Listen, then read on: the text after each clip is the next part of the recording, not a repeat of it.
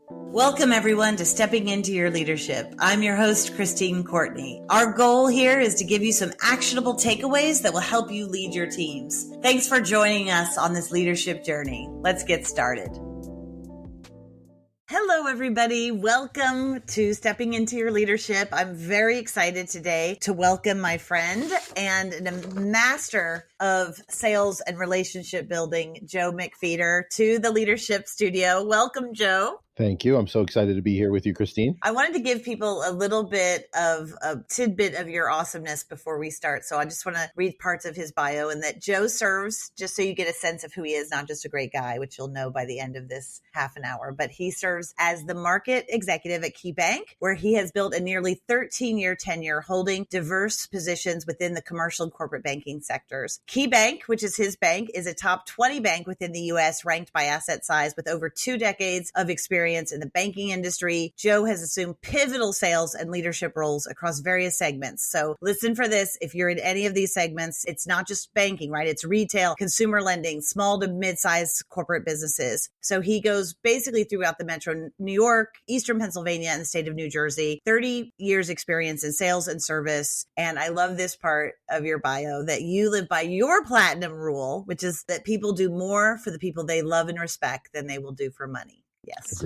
Agreed. So I brought Joe in today to talk about a topic that a lot of you have asked me about or have something to do with, whether you know it or not. And in episode 29, we talked about customer service and how everybody is in the business of client care, even if your job isn't a customer service job. And today we're going to talk about sales and how everybody is in sales, whether your business card says that you're a salesperson or not, right? And the reason I brought Joe in is because he and I are absolutely aligned on this idea. And we love when we get together sharing ideas and sparking ideas on how this idea of sales can shift now to what it really is, which is not just a transactional agreement where money is exchanged, but there's something deeper going on. And so I wanted to bring up that idea and welcome Joe to kind of help talk about it from his perspective. And then I'm going to add something. But Joe, if you'll just indulge me for 1 second, because I don't usually do this, but my dad was a salesperson. Okay. Both my parents were salespeople, but my dad was a salesperson and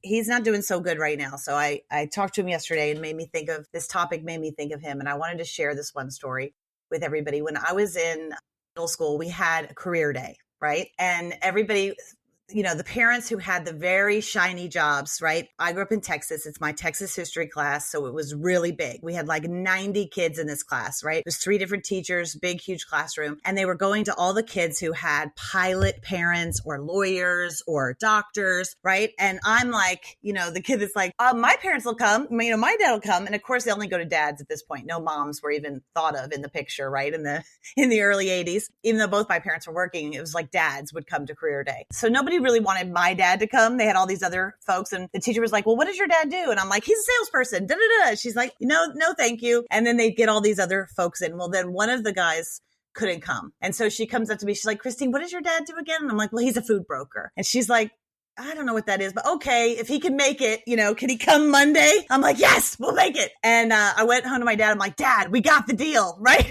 We got this. It's like we had already won. I'd already sold the teacher on my dad, right? So then he's like, come, okay, Christine, we're going to my office this weekend. We went to his office and we spent all day on Sunday making, because he was a food broker, we would make these Ziploc bags, because Ziploc was one of his clients, and we would fill them with all of these. Basically, we made swag bags before swag bags existed. We filled it with coupons. We filled it with Kool-Aid things, whatever his products were that he sold, we put a version of in these little Ziplocs. We made 90 of them, plus, 3 for the teachers. So when we went in that day, my dad had stuff, so before him, because he's no dummy, he lets the other parents go first, and they're terrible, right? They cannot imagine making being an airline pilot sound so boring, right? So the kids were like, oh, snooze fest. And then the lawyer, worse, the doctor, worse, these really interesting jobs. And then I'm like, oh my God, my dad is coming into a very quiet audience, and then my dad comes in, and I remember sitting there just more like my face was red with nervousness. And he comes up and he's like, Christine, pass out what we got for these folks. And I start passing out the things. And he goes, how many of you in here want to be a salesperson when you grow up? Nobody, I think there were 3 people that raised their hand right in this room of 90. He looks around and he goes, well, that's too bad because about 80% of you are gonna be. So you better listen up. Love it. And then they Love were it. fixated. And then he said to this football player in the room, he goes, hey, you, come here. You look pretty strong. You think you can break this trash bag? This yellow, and it was a yellow trash bag, right? It's called yellow bags. That was one of his clients, his lines. And the kid was like, yeah, sure, middle school football player. So he starts putting his fist through this yellow bag. So my dad does a live demo of the garbage bag, for the 90 kids. And everyone's like, wow, even Joe can't break that yellow bag. So then my dad makes it completely interactive, whatever. For the rest of the day, I was on cloud 9. I was like the most popular kid in the school. Everyone's like, wow, your dad's so great. Your dad's so great. Teachers would tell me I'm buying yellow bags. Like, not only that, he was selling product, right? While we were there. That's awesome. But anyway, it changed my life. That moment changed my life because I realized in that moment that everything is an experience. And whatever I do in my life, I want to create that magic out of the most mundane situation that it possibly can. And so in that moment, not only did he sell his stuff, he sold all those kids on that whatever job you have can be exciting and dynamic. But he also sold me on like how great a parent you can be, how great you can represent. I don't know. I just was today, I'm getting choked up thinking about it, but I am too. And I don't know him, but just the story itself is choking me up. Yeah. And I think about him, and I think that made such an impression on me at an age when nothing would make an impression on a middle schooler. So with that, I come with a lot of love for the work that you do and for a lot of people who are in sales, but also for those of us out there who maybe don't think of ourselves in sales, but we are actually selling all the time. So now with that big intro, Joe, talk to me about how you think about sales, because I know that it's somewhat different than how most people do. Yeah. First, let me just say, I would love to know how many of the 90 people in that room ended up in sales, which I'm sure was a lot. And I bet you your dad inspired some of them to do that. I'd be willing to bet I'll say at my 25th reunion, high school reunion, people still talked about it. They were like, remember when your dad came? That's fantastic. So who knows? Yeah. I bet your dad was a master of building relationships. Mm-hmm. That's really, in today's world, sales is about relationships. Transactions are done online. We buy from Amazon. We don't have a relationship with them. We just pick up something, we order it, we walk to a store, we buy a bottle of water. But the real sales in life, whether it's insurance, it's finance, it's buying a car, it's buying a house, it's buying anything of significance, is built on a relationship. And salespeople have to very quickly figure out how to connect with people. The best people are very observant. They observe the person that they're talking to. I tell people all the time, if you cannot listen, you're not going to be good at sales. Yeah. 90% of the time, the person is going to tell you what makes them buy, what's important to them, how they like to buy. They're giving you the keys, but unfortunately, a lot of salespeople get fixated on what they want to sell instead of listening to the individual and absorbing the information and then finding a way to connect. I've been selling stuff for more than 30 years in many different ways and in service. And the other side of it is the service side. No one in today's environment wants to do business with someone they don't trust, that they don't believe in. I don't care what it is. They want to feel connected. In the world where we're so virtual, we're so distant in so many ways, when people are spending a significant amount of money or they're making a significant decision on their business, on their home, on their family, they want to feel good about it. And they want to feel good about the person they do business with. And how do you achieve that? You listen to them. You find out what's important. Any salesperson needs to remember that you can sell something. And if someone goes home and then they sit down and they start analyzing and they don't feel good about it, they get buyer's remorse. But if you made them feel good, you follow up, you communicate, you do the check-ins, people feel better about spending their money, spending their time, investing in someone's business. So I think it's a really important part of it. I love listening to people. I think that's why we get along so well. You're such a great listener. Or a great talker. Both sides. I have to remind myself to be a good listener sometimes. Yeah. I think that happens to me as well. But that's normal. I think when you're outgoing, you like to build relationships, which I know you do, you are always finding a way to connect with people, right? That's the one thing I noticed about you in the very beginning. You're listening for that opportunity to find that connection so you can build upon it. And it can't just be one thing, right? There's so many minor things in the sales process. I know we talked about this, but in 2000, I think it was 2007, I was working for a bank and I was actually in the small business space. And I was always known as a good sales guy. Met this particular company, we're going to call it Box Inc. And the CEO, really nice guy. We had good conversations. At one point, I was in the fire service, so I had like a little what we consider paramilitary background, but he was in the military for many years. There was like ribbons on his wall. He was part of like the Purple Heart Foundation, all this stuff. But we got along and we had a good rapport, but there wasn't that part where he wanted to really come in and hug me and do business with me. And I just kept trying and trying to find these different things. And one day I go back to my office and I'm sitting there and I'm like, what is going on here? Like, why can't I get this guy in all the way? My boss is asking me.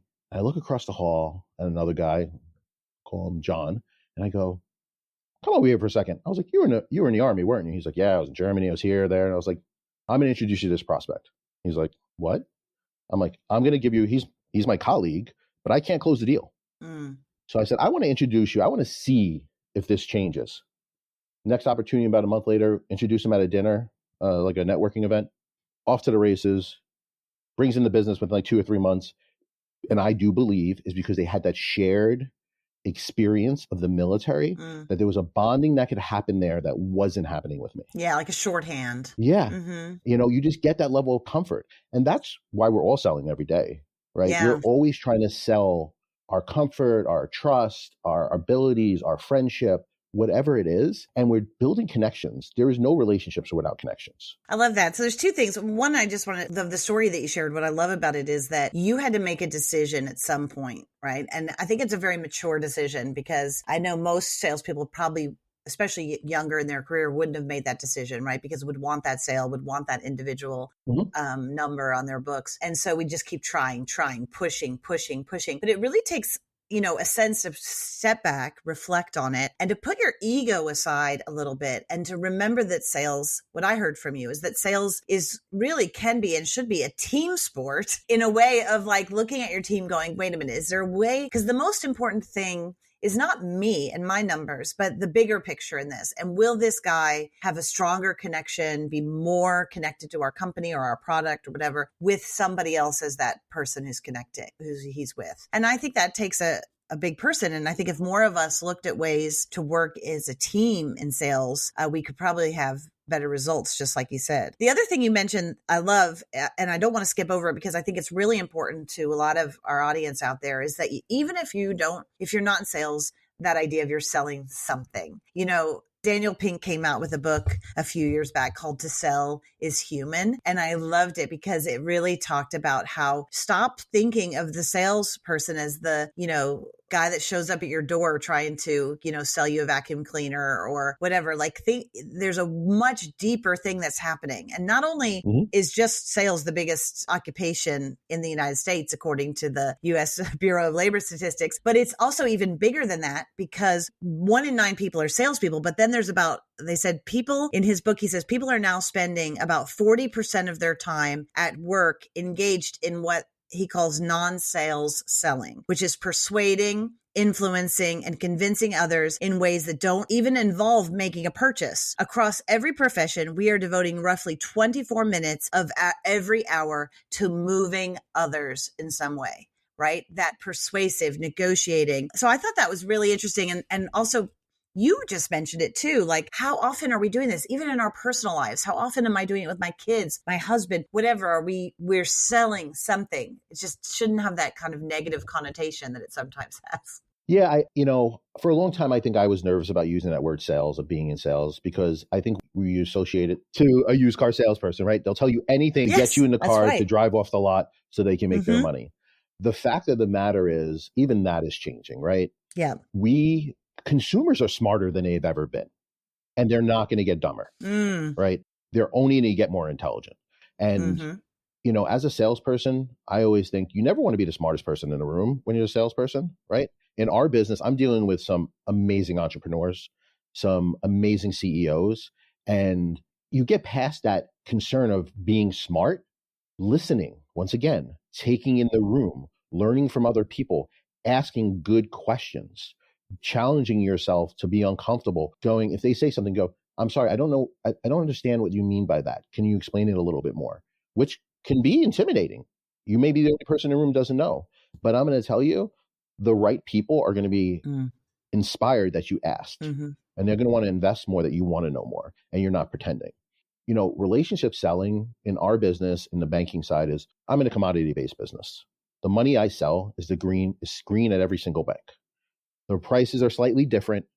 What matters is the person that's doing it, right? How they care about their clients, how they care about what they do every day. Like I look at it as my team is providing the financing to keep companies growing, employing people, making positive impacts on the economy, which has positive effects across the board. Now, as a salesperson, I always appreciated, FYI, I've never worked for a top 5 bank. And there's a reason why. Nothing against them. I like being the underdog a little bit, right? I like having to work for it a little bit more, right? I can go to a bigger bank and sell names everywhere. I like having to work for it. I like being able to really dive in with a company and customize where the bigger banks can't. So from the relationship standpoint, my team is going in trying to be a trusted advisor, taking the position of, all right, your business and distribution. I know I have a lot of clients in that space.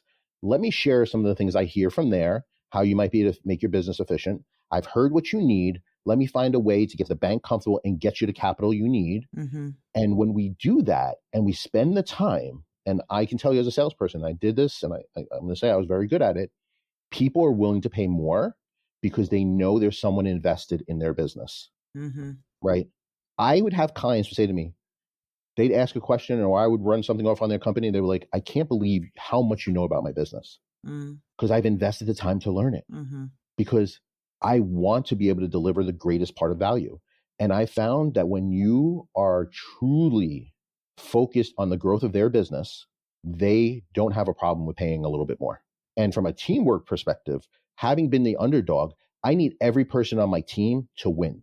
That is a force multiplier, right? When they do a great job for that client, they're going to tell 2 other people. If I don't give that deal over to somebody else to win, we're not multiplying, right? My marketing budget is nowhere near to a lot of our competition.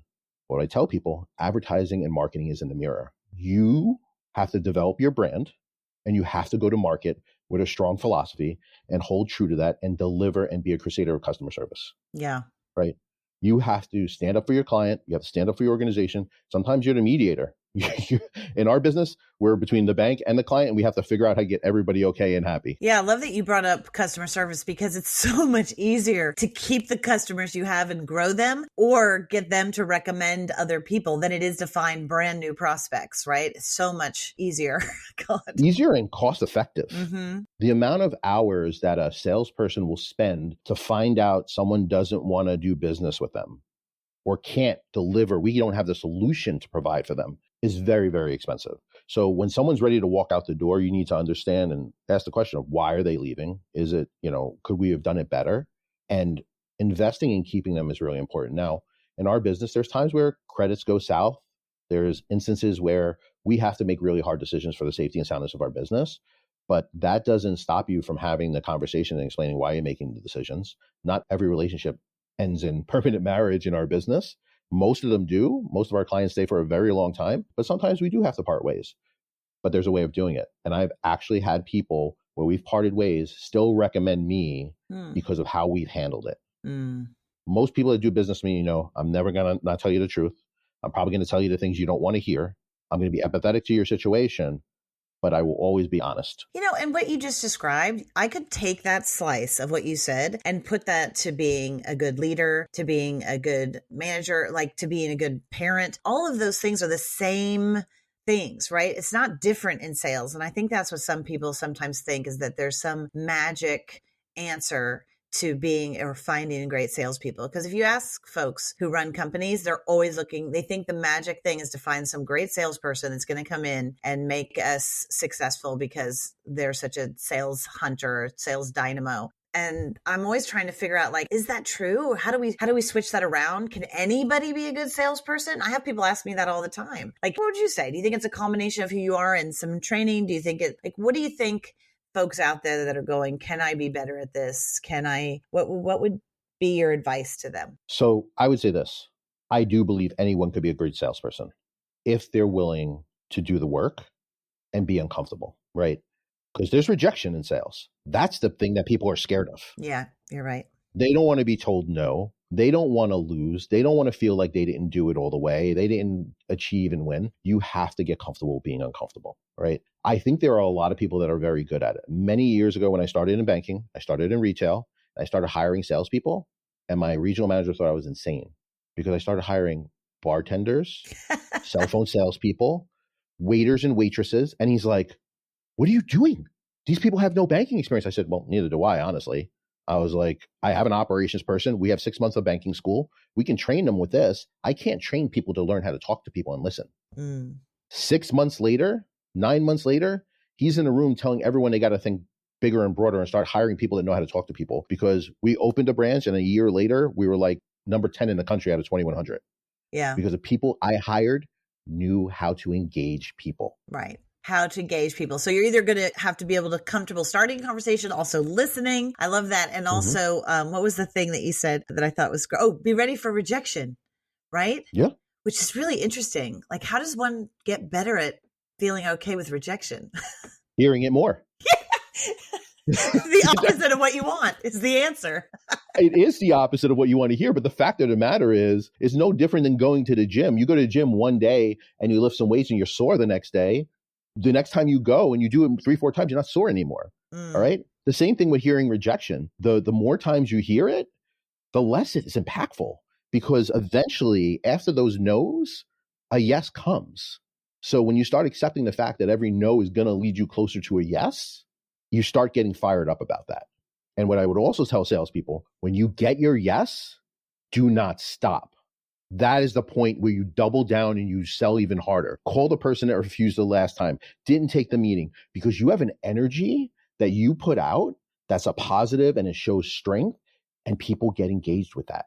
Keep going until you get another yes. You know, early in my life, I was an actor, and there was so much rejection in acting, right? Especially once I moved to New York, and you'd have to go on all these auditions and you'd have to get yourself psyched up for them, and then, not get something or not get a call. And I remember I met this one Irish young woman. We were both young girls at the time. And I said, oh my God, you're going to another audition? How can you do it? Like, I'm just so tired of it. And of the rejection. She goes, oh no, I'm just trying to get my 50. And I said, what? And she goes, I'm just trying to get my 50 because I read that for every 50 auditions, you will book one. So all I'm doing is trying to get my 50 rejections, because I know then by the statistics, I will book one. And more often than not, it comes before 50. So then I'm not surprised. And so that's how she would do it. I mean, even into when she was older, she would keep auditioning without feeling that pain. Whereas for me, it was such an emotional turmoil every time that I finally was like, okay, give me a different kind of job. This one is rough. But it is rejection. Yeah. It's not fun in any way, shape, or form.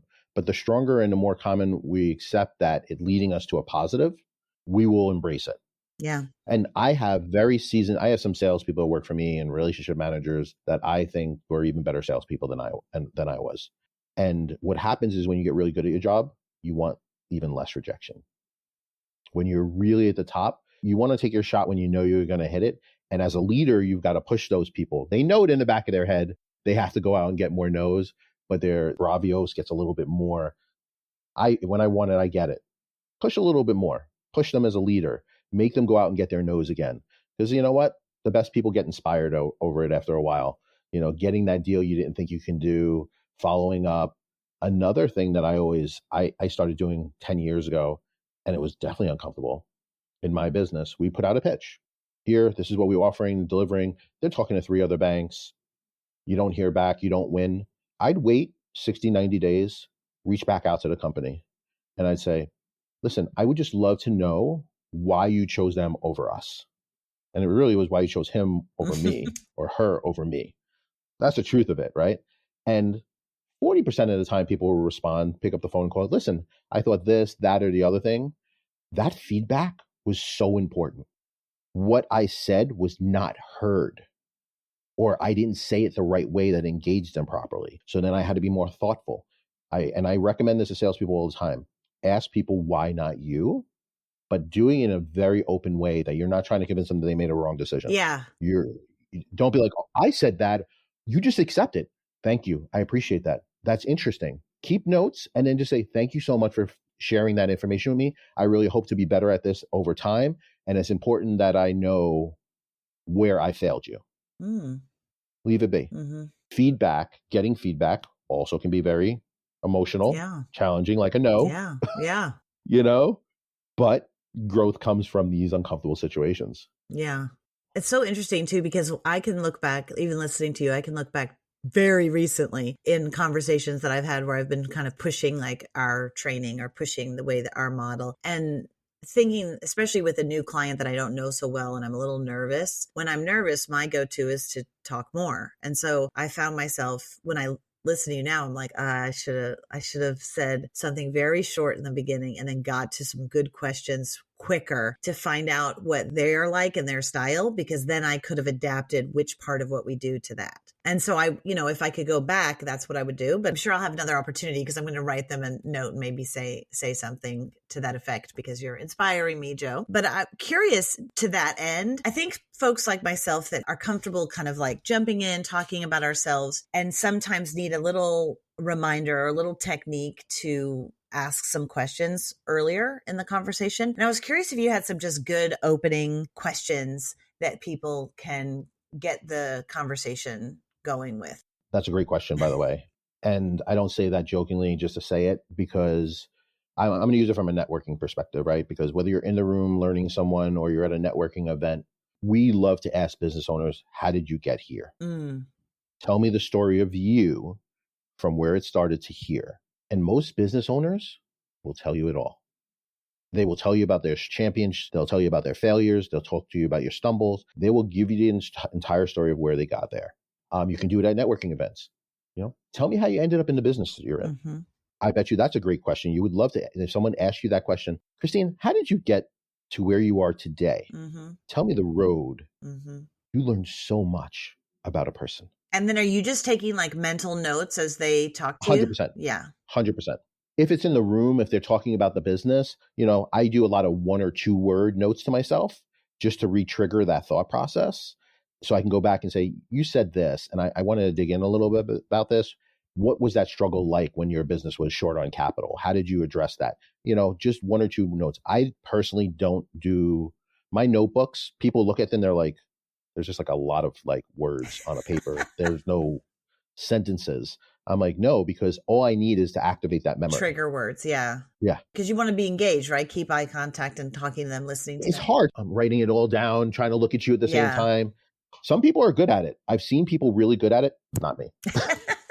Okay. Well, in our last part of this, people love when we can give them some tips, right? So some things they can get better at, some things there's tons of sales training out there and stuff, but really like a lot of this, you've given so many good little nuggets already. But what is a tip or a technique that people can use, whether it's in a networking situation or with maybe, some sort of sales situation? Well, I would say go back to getting the no's.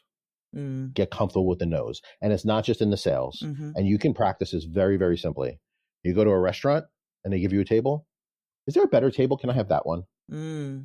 They say no. Okay. If they say yes, you won. I love that. So you're practicing not on high stakes things. I'm like, no. Interesting. Okay. In your life, just trying to get rejection. Absolutely. You go to a hotel. Can I get an upgrade?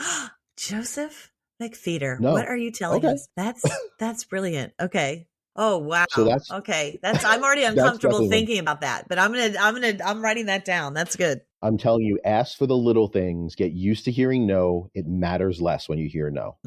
So do it across your life. The other side of it is, I think it's really, really important, and I can't stress this enough, to build the listening muscle.